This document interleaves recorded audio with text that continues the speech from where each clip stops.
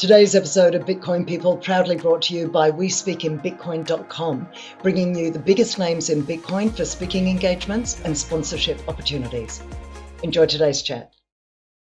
Hello and a huge warm welcome to Robert Breedlove to Bitcoin People. Thank you for coming aboard.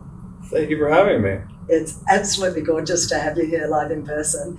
I'm going to tell the story of how we met this time last year because it was just a cute story. So I've been doing these, I don't even know if you know all this background, but I was doing these crazy long days with volunteering in the lead up to the conference this time last year. And so I did these 2 days, 2.5 days, because there was even 3 hours just in the lead up to the first morning, so 3 hours before the first morning. And as a thank you, they gave me one of the swag bags, the whale swag bags, and in there was 2 pairs of Bitcoin socks. And so I stuffed them in my bag. Light blue, if I remember. There was a light blue and a dark blue. Yeah. And I had them stuffed in my backpack, and I came racing over to the convention center because I've been over at Fontainebleau. And then I see you tweet later in the day going, I need socks. I'm like, I got socks. And then you... And my side of the story was, I think I had low-rise socks and boots or something, so they kept going under my heel every time I would walk a few steps. I'm like, this is driving me crazy. Yeah. So I was like, what can I do about this? I'm stuck at the convention center all day. So I sent a tweet out, like, does anyone have socks? And you saved my life. So. As one does. And so I've been suck girl ever since in your mind. So my opening question to you has to be, is there such a thing as serendipity? Whew, that's a great question.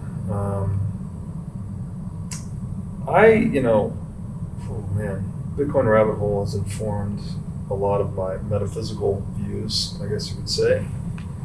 And serendipity, like how do we define this? As something like these synchronous occurrences that somehow transcend the realm of plausibility.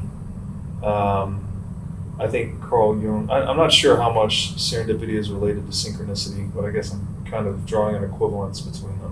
Yeah, it is in my mind. I know it's different from fate, in as much as fate or destiny tends to have a sort of flavor of it could be good or bad, but there's a sense of meant to be, whereas serendipity is almost... It's got a good flavor, yeah. There's a sense of luck about it, and there's a sense of synchronicity in with it as well. Yes. Yeah. So I'll speak to synchronicity maybe a little more than serendipity, but I don't know. But I think Carl Jung called synchronicity the a-causal principle. So there's some principle in reality that's not causal, right? It's not linear cause and effect as we think time unfolds. There are these chance happenstance events or occurrences that just can't be explained by pure causality. I actually experienced one of these recently. I had just returned back to Nashville. Where did I come from? So I've been traveling a lot lately. I was coming back from the MicroStrategy conference in Orlando. So I've been down there, it's a Bitcoin and Lightning thing, et cetera, et cetera. I had been listening, and I have still been listening to the audiobook Atlas Shrugged. First time I've ever been to the book. I get off the plane in Nashville, I get my bags, I'm listening to Atlas Shrugged. I go to the arrivals area. My friend is coming to pick me up from the airport. And I sit down, I've got like a 20-minute wait until he gets there. So I sit down, and I'm on my phone, I've got my bags, just sitting there listening to Atlas Shrugged. As soon as I sit down, this gentleman walks directly into my field of vision, actually, like 10 feet in front of me, squared up. He's facing out, waiting on his ride. His entire suit is dollar bills, like covered in pieces, like he's in the money suit, basically. I'm like, oh. You tweeted it. I took a picture of this guy, and I'm like, what's more fiat than this outfit, or whatever it was. But at that exact moment, when I saw this guy, and I looked up and took the picture, there's a speech in the book Atlas Shrugged, and it's by, I think that the character's name is Francisco D'Antonia. I hope I'm saying his name right. And he has this like 15-minute speech on money. So if you Google the money speech and Atlas Shrugged, it's like, this is the speech. Like I'm so moved by this passage that I'm gonna read it on the show. Like, I can sit down and read it. It's so good. It's probably the best definition of money I've ever seen. I heard, but I'd ever heard or seen written. And it was at that exact moment that the money man walked square into my field of vision, that this exact moment in this 63-hour audiobook, that exact moment that speech started. So it was like a very strange, and then obviously what I do for a living, I'm in the What is Money show. So it's like, whoa, what are the odds of that? Yeah. And when you hear the money speech, like, it is brilliant. I won't do it justice here, but it goes into all the moral implications of money, the psychological implications of money. It's just really good. So I ended up re-listening to that excerpt like 5 times over the next few days, and decided I was going to read it on the show. So that's, for me, that was a synchronicity, right? It's something meaningful that occurred, not seemingly explainable by, linear cause and effect.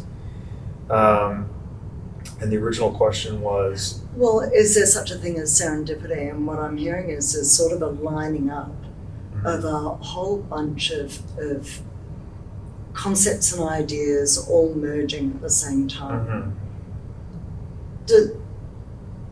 That's a really obvious example, but I guess I'm curious if that's happened throughout your life a bit. Have you noticed things kind of coming together? Because I feel like there's a lot about your background and your life that is serendipitous in bringing together what you're doing now. It's almost like you were meant for the role that you're doing now. Maybe. There's been a number of things. So I've shared this one before, but before Bitcoin even existed, when I was 10, 11, 12, 13 years old, I was playing massive online multiplayer game called Diablo 2. And this is like Dungeons and Dragons, sort of in computer space, but with millions of people around the world. And so the funny thing about the game, though, is there was an entire economy that existed inside of the game. So you could like go into these dungeons and kill demons and zombies and all that. You would find these rare items. All the items roll different stats, so there's like this kind of gambling effect that you're trying to look for these high quality items. But certain items are good for certain classes and not for others. So you needed to actually not only go into the game and hunt for treasure, but then you needed to take that treasure out into the marketplace and trade it with other people to really build your character. Like not build your character. When I say build your character, I mean equip your character with the best equipment, not build your character in like a spiritual sense. And so I learned through playing this game. Like, I started out playing the Dungeons and Dragons, like actually fighting and slaying mostly. But over time, I found myself playing the markets. Like, first of all, I learned how to type really fast. Like, I got to like 100 words a minute typing just because that's how you trade faster. I learned how to build it was just text driven. So you would have to structure your text in these trade channels in a certain way to get people's attention. You'd have to learn like time of day to trade. You try to buy low in one channel, sell high in another channel, and you're just learning to accumulate wealth, basically. And so I ended up doing that much more than I was playing the actual game itself, and I became like the wealthy guy in the game. So all my friends that played would come to me for equipment and all of this. And I was like, oh, this is so fun and interesting. I didn't know I was learning basically markets and economics. There was also a weird thing that there was no money in the game, or at least money wasn't useful in trade. But there was an item called the Stone of Jordan Ring that effectively monetized. It became money in the game. It became the standard currency of trade because it was divisible, it was rare, like it had all these certain qualities. So again, I didn't know this consciously at the time, but I like watched it play out and learned how to use it. And then eventually, that game became so popular, or it was becoming popular at the same time eBay started to become popular. So people eventually started to sell these items for real money on eBay. So all of a sudden, this rare Storm Shield, Monarch Shield that I had found, right, like super rare and hard to find in the game, well, now it sells on eBay for $1,000. I was like, what the hell? So it left a mark on me. I was like, whatever's going on in this weird video game world that I'm super addicted to and into, like, it has real world implications. Like, why are people paying $1,000 for this digital thing? And so I don't know, at the time, I'm like, whatever my career is going to be, like, I'm going to stay on this through line of technology, commerce, digital age, like something's happening here. I want to stay tuned into it. And so I guess that kind of set me on the course for Bitcoin to some extent, or at least I joked that I was into digital assets before digital assets existed. And if I back up even further, like my very early years, my father was a successful entrepreneur, so we lived very well when I was very young, but my mother and my father split when I was 5 years old. And when they split, I lived very low economically for a period of time after that. So I had seen kind of both sides of the equation in that respect, and I don't know, maybe that just gave me like a tacit understanding for the value of money, you know, what it's like to have it and what it's like to not have it. And I don't know that you're asking me about like serendipity, or I don't know. But it these set things. you up. It's almost like there's certain events that have happened in your life that have given you a background and a flavor for money, for trading, for what has value, for what's meaningful. And technology, like the digital technology thing has been a big thing. Growing up on Yes. video games and all, you know, I'm a digital native, basically. I'm an old digital native. But, Yeah, right. But it's nice to hear just how powerful and effective gaming can be. Yeah. As a mother of a boy who enjoys gaming, it's really positive to hear that. There was a piece in your background that always struck me, which was in 2008, we had the GFC. There was a shooting in Tennessee. You were living there at the time, weren't you? I was there in 2008, yeah. And it was a church shooting. And it was pretty devastating to the community. And you'd taken some time off around then to do some building, to do some construction work, some not-for-profit construction work. And what kind of struck me is that the whole world was kind of in destruction mode, and you were in construction mode. And it almost feels, maybe that was part of what was going through my head as I was starting to talk to you about serendipity, is and kind of the making of your background for who you are now, which is this thing of, it's almost like that's what you're doing again now. You're in construction mode, you're building something, you're creating something, you're part of changing the world, whilst there's this massive economic devastation going on around us, like this destruction that's kind of, you know, we can go into all the reasons and we know all those reasons, but it's almost like that seems to be a big part of your role in the world. Well, yeah, when you said shooting in Tennessee, I actually reflected on the more recent one. That was, there was a shooting at Covenant Elementary School, a private Christian school, 15 minutes from my home in Nashville, Tennessee. This was just a couple of months ago, I think in March, actually.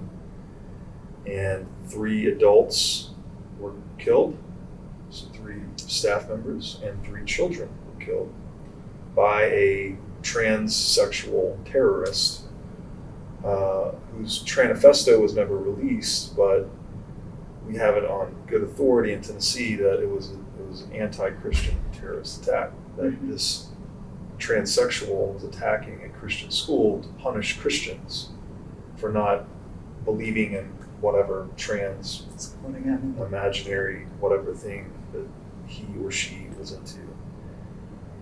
And that one hit really hard for me because I had a young daughter, and I had actually gone through the enrollment process at that school with her. And there was a possibility that she was going to go there, and she ended up not going to that school. Not that she would have been there at that time, but it hit very close to home, let's just say. I even met one of the individuals, which was the head of the school, was one of the ones killed, and we met her.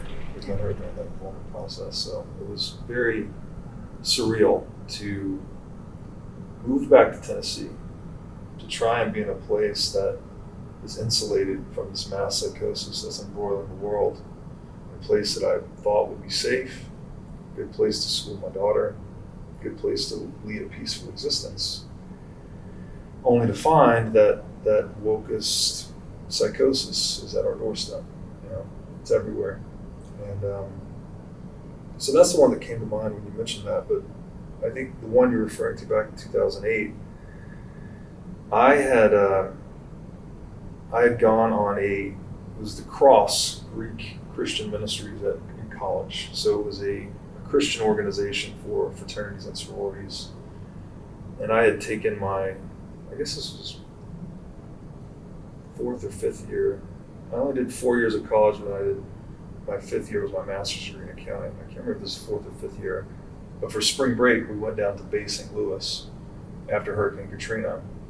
And Bay St. Louis was where the eye of the storm hit. So it looked like a nuclear bomb went off, basically. Like everything was ripped down to, just pipes sticking out of the ground where there used to be neighborhoods. And so my group of good friends and I, we had been participating in the Cross, like go to church every week or whatever, and they organized the mission trip down to Bay St. Louis to aid in the reconstruction effort. And I think that's what you're referring to at that time. I went down there and seeing the human spirit, like these people that, there's one guy in particular, he just had lost everything. Like Bay St. Louis was like he grew up there, he had his kids there, he had all the things, all of it, like the cars, the house, everything just obliterated. Nothing left, right? I think everyone survived, so he hadn't lost any people.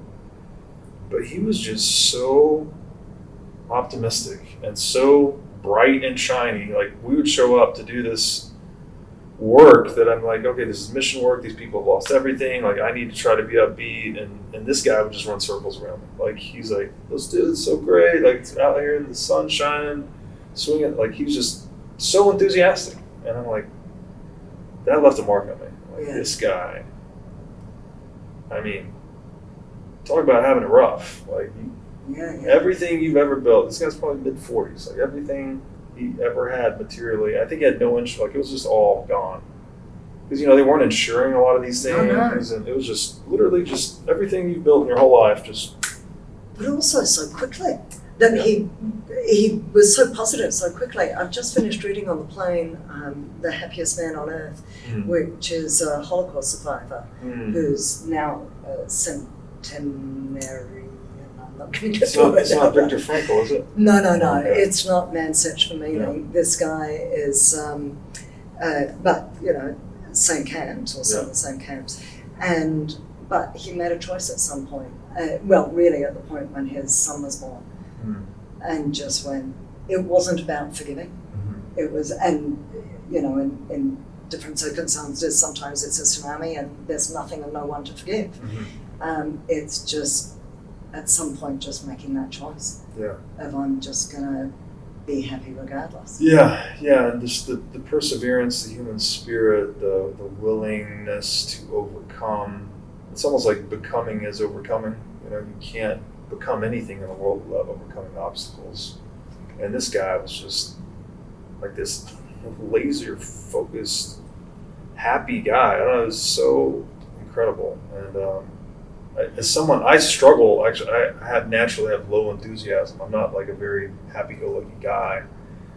But for whatever reason, that really impacted me to just see someone that was able to be that way in the face of such great adversity. So, we say Bitcoin fixes this. Does it fix trans terrorism? Does it fix wokism? If so, how so? There's a great, and I implore, look, I don't even like to watch videos, actually. I prefer to read. I'm listening to the audiobook at a convenience, like when I'm walking through airports or whatever. I prefer to read. That's my medium. I don't typically recommend things for people to listen to or watch, but I posted a tweet about this. It's by a guy on Twitter. His Twitter handle is @ConceptualJames.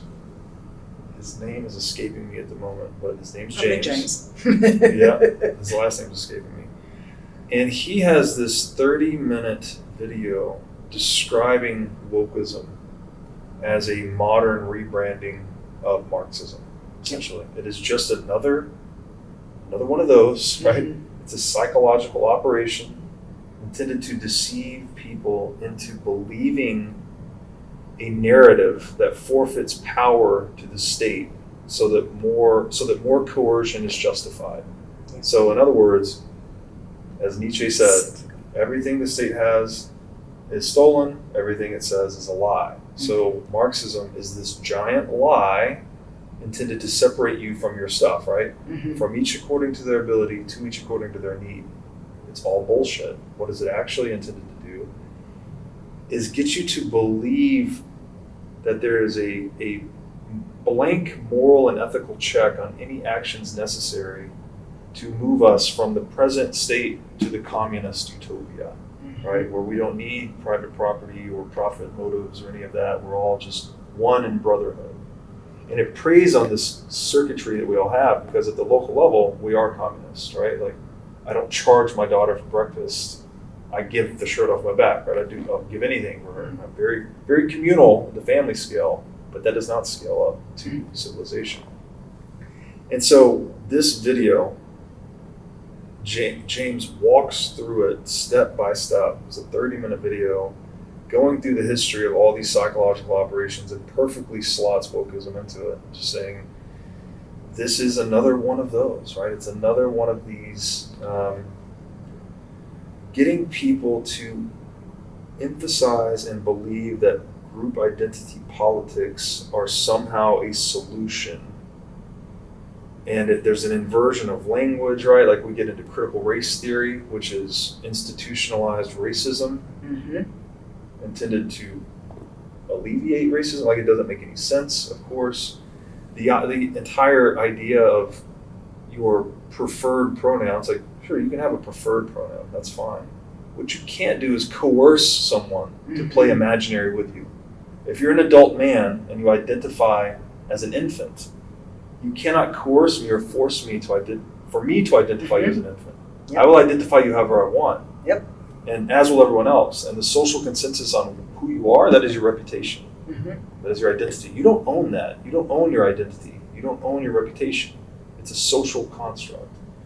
So, and kids know this, right? Like, if you see a group of kids and one of them tries to force other kids to play their game of imagination, like, you're the purple dinosaur, you're the red one, you're the green one. Kids are like, no, I'm the white dinosaur, I'm the helicopter. Like, kids self-select, they self-organize. If one of those tyrannical kids comes in there and tries to force roles on people or force a role on himself, kids will reject him. Yet that's what we're talking about with wokism. It's like people can now identify as whatever they want, and then they can force others to accept them and identify them as those things. It's asinine. My favorite meme on this was it shows a motorcyclist and there's all these bicyclists behind him, and it says motorcyclist that identifies as a cyclist wins the Tour de France. And like, that's it. It's like, you don't get, when it comes to language, right, it's an emergent social consensus on the meaning of words. You don't get to arbitrarily, unilaterally change the meanings of words. And you sure as the hell can't force other people to play your imaginary game. If you're a man and you want to pretend to be a woman, great. You can ask your friends to pretend with you. You cannot force other people to pretend with you. Coercion, uninitiated coercion, is unjustifiable. And that's one of the core themes we visit on the show over and over again. So, wokeism is Marxism. Yeah. Through and through. So, does Bitcoin change these cycles that we've seen over again? These fourth turnings, there are 500-year cycles. We've got Mark Moss talking about political, social, cultural. We've got economic, financial. We've got technological. There's all these cycles. Does Bitcoin break that on the back of so much of that is based in the corruption of money over time, the cycles of corruption of money? It's a colossal question. I can't begin to know the answer. But when I look at something like this wokism thing, a significant portion of this ideology is being state-sponsored. Mm-hmm. It's being funded by the proceeds stolen through taxation and inflation. Yep. So it's an imposed artificial ideology that is funded through theft. Now, if Bitcoin is money, that makes theft more expensive, right? Mm-hmm. You cannot inflate it. It is very hard to steal, if not impossible to steal if you custody it properly. Therefore, in the long run, we think it obviates the need for the state, the relevance of the state as an institution that preys on private property, that exists on theft.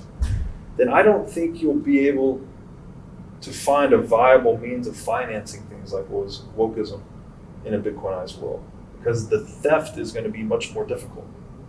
So the extent to which you can fund these false divisive ideologies into a society, right, to tell this false narrative, create divisiveness, which also creates more demand for law and order, which then gives you this, again, the blank check, right? Mm-hmm. Pass whatever regulation you need to restore law and order. That whole process gets dampened by the existence of Bitcoin, because theft is more expensive, more risky, and therefore less possible. So with less theft, in theory, we would have less of these artificially composed and imposed ideologies. So I don't know that it fixes like all these other cycles. The long debt cycle that Ray Dalio puts out, that has a lot to do with the nature of gold, right? That the incentive was to hoard all the gold and then force everyone else to use currencies that depreciate over time, which incentivizes all market actors to accumulate debt. Eventually the debt burden gets too overgrown and then there's a collapse. Again, in theory, if you're on a Bitcoin standard, debt would just be a much smaller component of the world economy. So presumably we would have less credit cycles, smaller credit cycles. And then as far as like the fourth turning and all that, and I haven't read this book, but no, I don't think Bitcoin fixes everything like that, right? There's still going to be these grand historical cycles. What's the one where we say that hard times make strong men, strong men make good times, good times make weak men make hard times. That I don't know if Bitcoin fixes per se. Maybe it makes us all stronger just by kind of forcing power and responsibility to the individual level. Mm-hmm. Maybe, but I mean these cycles are as old as time, so it's hard to say. So what do humans do with that power if they're given it? And we've never seen such a transfer of power from state to individual. So you just talked about the communist utopia, and yet we seem pretty utopian in the Bitcoin community. We have high hopes for what mankind is going to do with that spare time given back to him, her, us. Are we being ridiculous? Bitcoin is different, right? In that, I guess you could argue that what we're saying is utopian, but I don't think Bitcoiners actually see it that way. I don't think most adversarial thinking Bitcoiners envision us moving towards some kind of static utopia. We're just saying that Bitcoin represents the first level playing field for humanity. So, again, the Marxist utopia was give one organization all the power. Yeah. The good communist people, and they will dole out the resources in everyone's best interests, right? So the prescription was no more private property. This is communism in a sentence, right? The abolition of private property, straight out of Marx's mouth. That's the core of communism. Socialism, so communism is on one end of the spectrum. Socialism is that institutionalized policy of aggression against private property. So any state that has taxation or inflation, they're socialistic, right? Mm-hmm. If we have a central bank, then we're one half socialist. So we've never had true free market capitalism, which exists over here on this opposite end of the spectrum, that presumably Bitcoin is taking us towards. And that seems, I'm sorry, I drifted from the original question again. Utopia. Yeah, so it's not a utopia, right? Pure capitalism is not utopian. I think it's just saying that it's the opposite prescription of communism, which is the abolition of private property. Bitcoin is saying, let's make private property as strong as possible, which is the same thing as saying, let's make human freedom as strong as possible. Because what is it? It's life, liberty, property, right? If I kill you, I've stolen your future freedom. I've taken your life, stolen your life. If I incarcerate you, I have stolen your present freedom. You cannot move about, right? Mm-hmm. If I steal your property, I have stolen the fruits of your past freedom, the things that you've gone out into the world to create, right? You've used your faculties to create things of value that you now own. Communism was based on the abolition of human freedom. When this is the abolition of private property, that is the abolition of human freedom. So had we properly understood the definition of private property in that day, someone might have saw through that. And indeed, people did. Nietzsche saw through this, right? He said, as soon as you get communist utopia, I think he said, what did he say?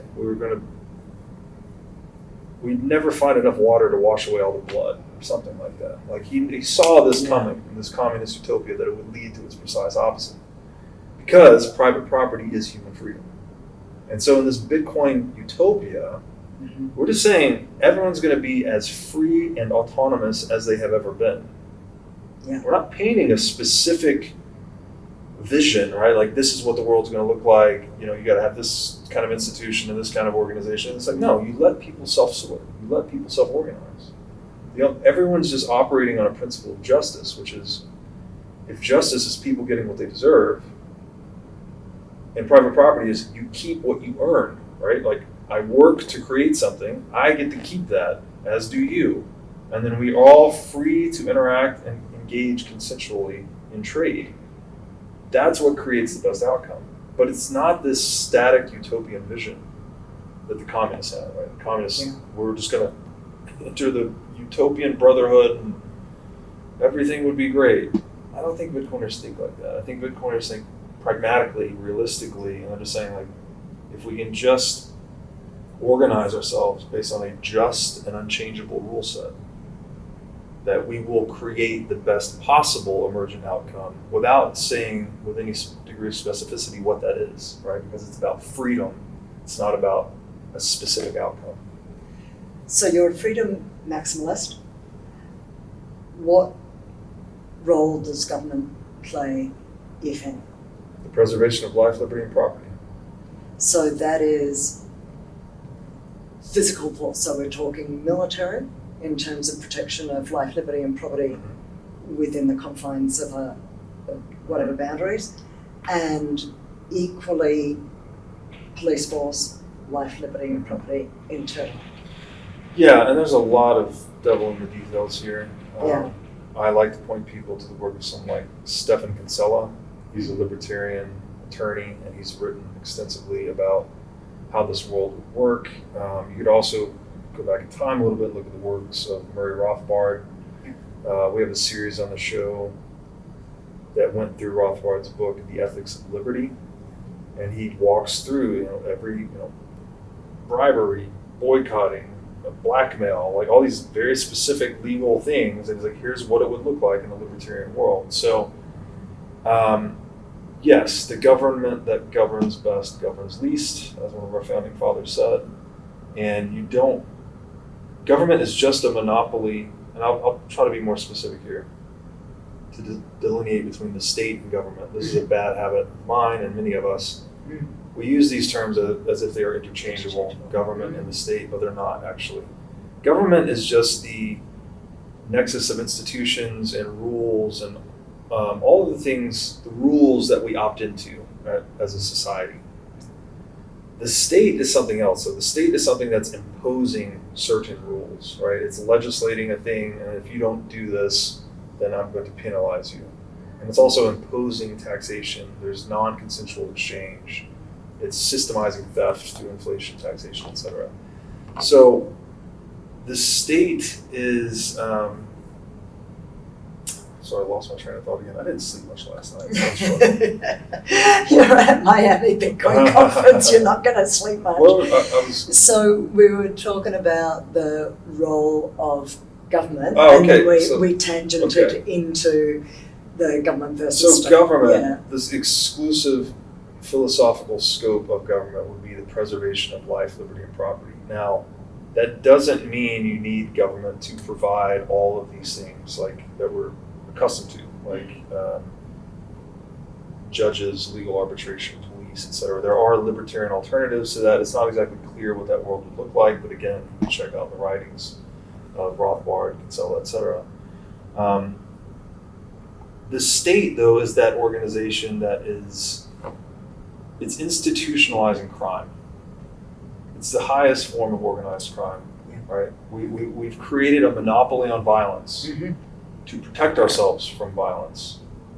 But whoever we put in the seat of power is using this mechanism that we have intended to create to secure ourselves to abuse us. And this has been this weird dance humans have been locked in across time. It's like, let's put all the power in one place, so if anyone misbehaves, the state power can condemn them, right? Jail them, penalize them, kill them, whatever it may be.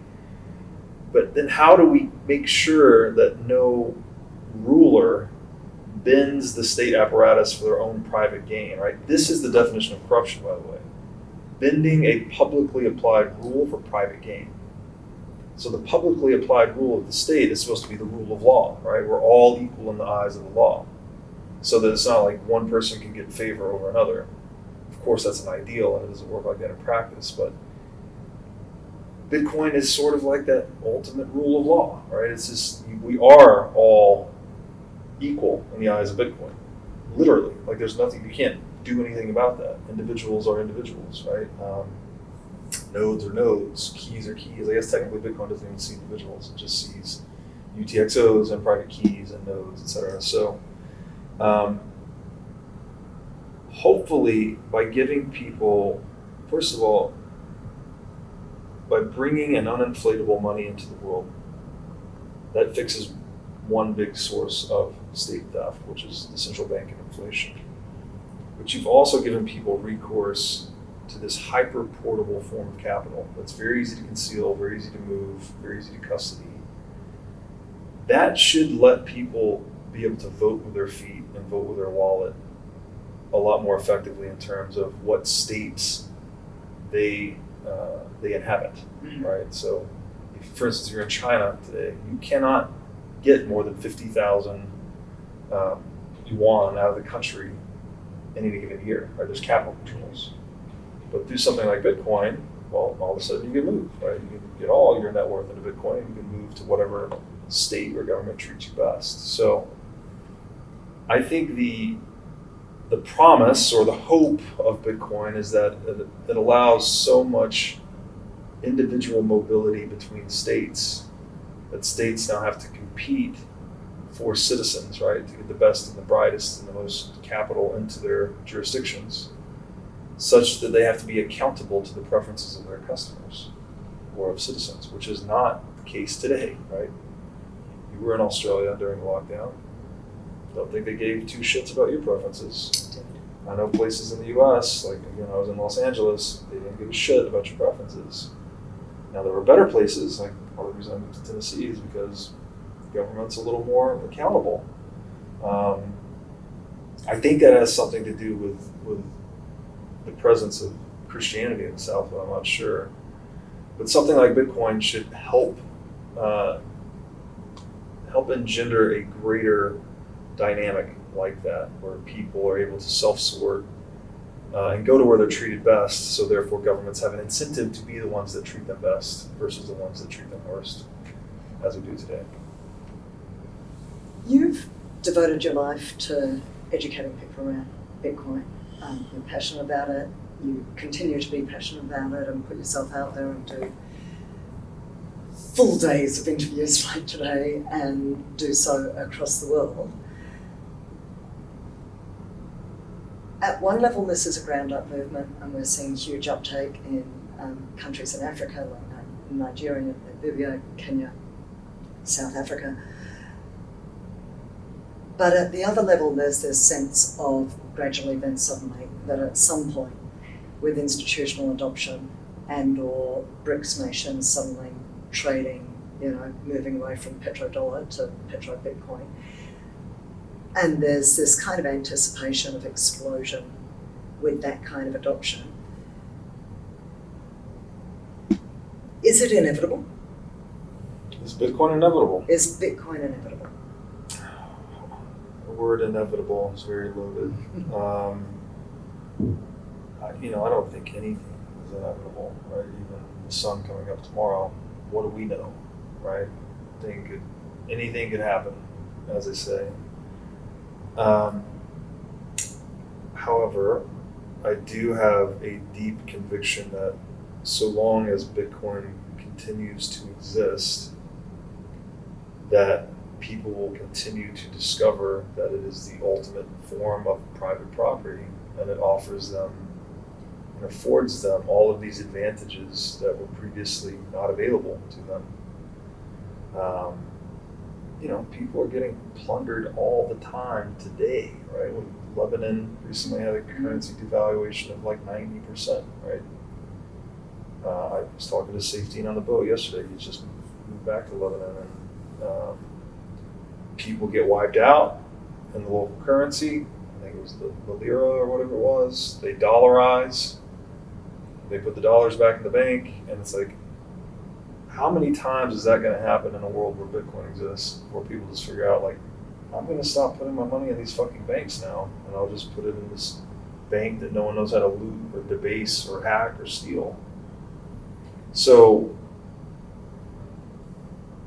long as Bitcoin continues to be an existent option, and humans keep doing what we've been doing across all of human history, which is monopolizing money, debasing it into worthlessness, collapsing the civilization running on the money, and then picking up the pieces and rebuilding. I don't see how a world in which Bitcoin exists and this ongoing pattern of human action plays out that people don't figure out over time that Bitcoin is just the optimal solution. Right? It's like, I can completely opt out of this crazy boom and bust civilizational cycle by just holding my money in this private property that no one can violate. And it's not like you're not really even betting on a subjective choice. The people don't need to figure it out. I'm not betting that everyone watches the show and figures out what is money and decides to buy Bitcoin. It's like, you just let that process of pain unfold. Mm-hmm. The people that don't figure it out get wiped out. The people that do figure it out survive and thrive. And so there's this Darwinian natural selection process that happens in the socioeconomic sphere that leads toward Bitcoin becoming the dominant asset in the world. So does that make Bitcoin inevitable? No, not necessarily. It's like, I'm presuming that it continues to exist. That presumption is based on what Bitcoin is, right? It's money wrapped in military-grade encryption, designed to do one thing, which is survive. Survive according to certain parameters, block every 10 minutes, 21 million hard cap, to be unchangeable, frankly, right? To be unassailable.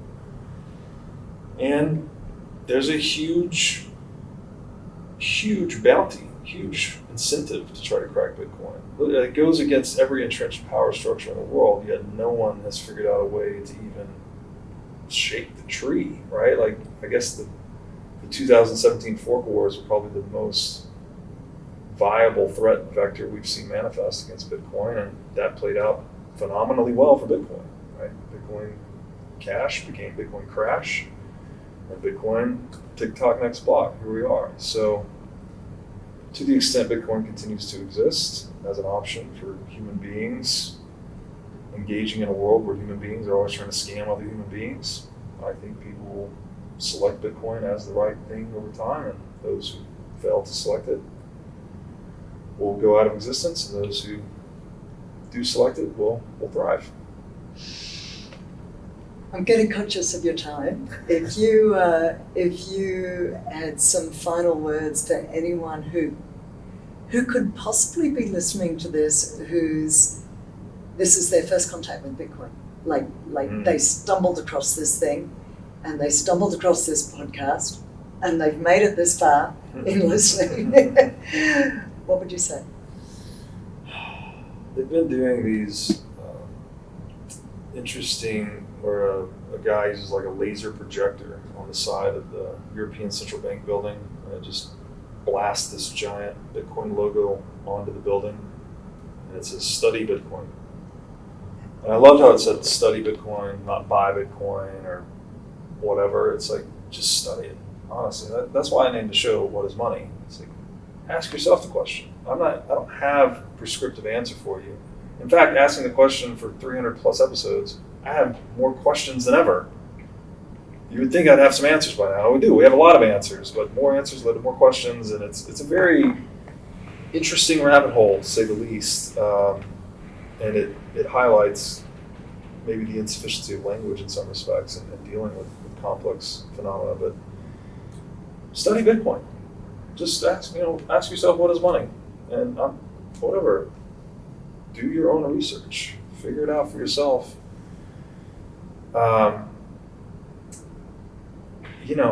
To say it in kind of a few words, if you understand that printing money is bad, which I don't know, some people do, some people don't, it doesn't make any sense to counterfeit money, right?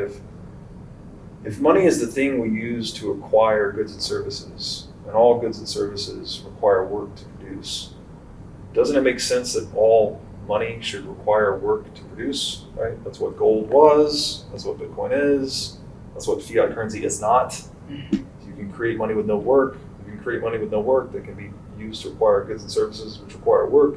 That is an asymmetry that's used to exploit the savings of people, right? So if you're saving in dollars and the central bank can counterfeit dollars, you're being robbed all the time. I don't care if the cash is under your mattress, in your backyard, in your the Caribbean bank account, whatever, it doesn't matter, right? You're using an instrument to save your economic energy that's being counterfeited at scale by a central bank. Like, you're not in a good position, you're being exploited. All of these, so that if you understand that, I guess you would understand that printing money is bad. Bitcoin's money you can't print. So that's pretty simple. That's good, right? Like, uncounterfeitable currency. Great. That's a win. And maybe slightly more philosophical was just the point on justice earlier. Like, all we want, the exclusive scope of government is life, liberty, and property. We just want people in this world to get what they deserve. That would be kind of the ideal world, right? Not that we can ever fully create that. The world's full of randomness and catastrophes and all of this, but we can at least create that in our social fabric, right? We can implement justice into our socioeconomic fabric, let's say. And that principle of justice, its only implementation is private property, which is to say, you made it or you justly traded for it. That means you own it, you keep it. No one can steal it from you. No government can take it from you. No criminals can take it from you. So that's what Bitcoin is, right? It's just property that's really hard to separate from its owner. So it's just. It's just. Is it truth? It is also, let's say, the greatest instantiation of truth that human beings have ever created, right? Whatever's written in that Bitcoin blockchain, the history of transactions, how can you argue with it? It's immutable. Like the change, the trades have occurred. You could argue with it, but it'd be like trying to, there's an axiom in Austrian economics, it's called the axiom of action. And it's man must act. 3 words, right? Very loaded words though. What it actually means is that man must use means to pursue ends. Now, here's why it's an axiom, which means it's incontrovertible. It's an incontrovertible truth. You cannot refute it. Because if you attempt to argue that the axiom of action does not exist, or it is improper, or it's incorrect, you are in fact using the means of argumentation in an attempt to refute the axiom of action, which is your end. Yeah. So it's impossible, right? It's an axiom. It's a pillar. You can't shake it. You can't break it. Bitcoin, like what's encoded in that blockchain, is incontrovertible truth. right? These are transactions that have taken place, consensus has been reached, and TikTok next block, we're on to the next set of transactions. So whatever's 6 blocks plus deep in that blockchain is probabilistically the most truthful thing humans have ever created. Nick Szabo uses the metaphor of digital amber, right? If you remember the mosquito trapped in amber in Jurassic Park. Yeah. It's like the further you go into that amber, like the deeper into the past you're going, something like that. Yeah, Bitcoin is perhaps not the truth. Maybe the truth is beyond words, beyond logic, beyond human, the capacity for humans to create it, right? But it is definitely the closest thing to truth humans have ever created. That's a beautiful note to finish on. Robert, thank you for your time. Thank you for joining me on Bitcoin People. I wish you an absolutely fabulous conference. Thank you so much, and thank you for having me, and thank you for the socks. Of course.